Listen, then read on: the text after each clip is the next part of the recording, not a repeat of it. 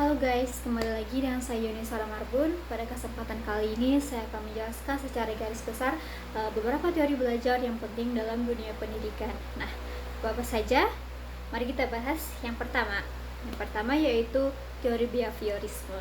Nah, secara sederhana teori ini memandang bahwa belajar merupakan perubahan perilaku yang dapat kita amati yang terjadi karena adanya hubungan antara stimulus dan respon. Nah, beberapa tokoh seperti Pavlov, Skinner, dan Thorndike menjelaskan bahwa perilaku dapat dibentuk melalui pembiasaan, penguatan, maupun hukuman. Nah, oleh karena itu, lingkungan belajar sangat berpengaruh dalam membentuk perilaku para peserta didik. Nah, yang kedua yaitu ada teori pemrosesan informasi.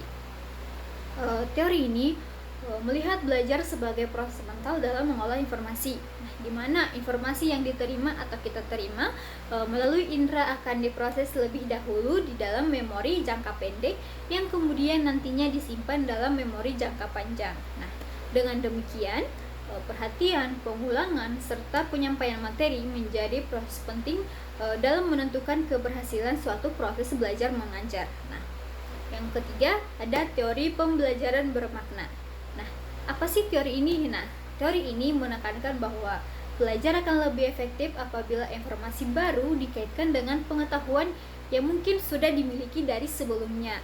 Yang artinya peserta didik tidak hanya menghafal, tetapi juga ikut memahami materi secara mendalam yang kemudian nanti akan lebih mudah diingat dan akan lebih gampang diterapkan dalam kehidupan sehari-hari. Nah, berikutnya ada teori kognisi tersituasikan. Nah, di mana teori ini menjelaskan bahwa pengetahuan tidak bisa dipisahkan dari konteks atau situasi saat proses belajar mengajar berlangsung.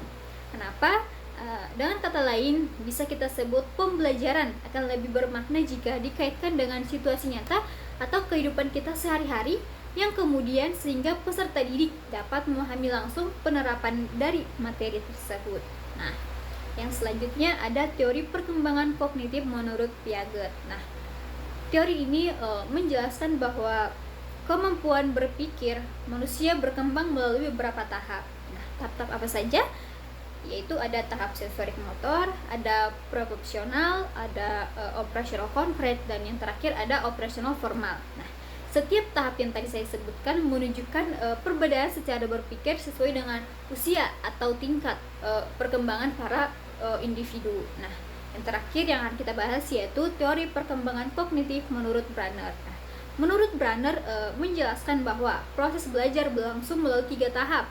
Tahap apa saja? Yaitu ada tahap enektif, ikonik, dan simbolik. Nah, selain itu ia juga memperkenalkan konsep scaffolding, yaitu pemberian bantuan sementara dari guru kepada para peserta didik yang sehingga mereka mampu belajar secara mandiri.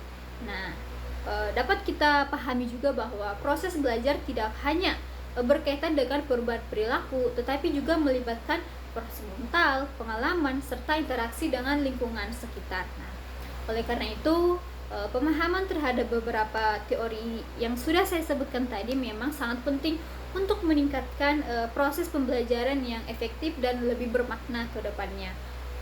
Mungkin sekian yang bisa saya jelaskan. Sekian dan terima kasih.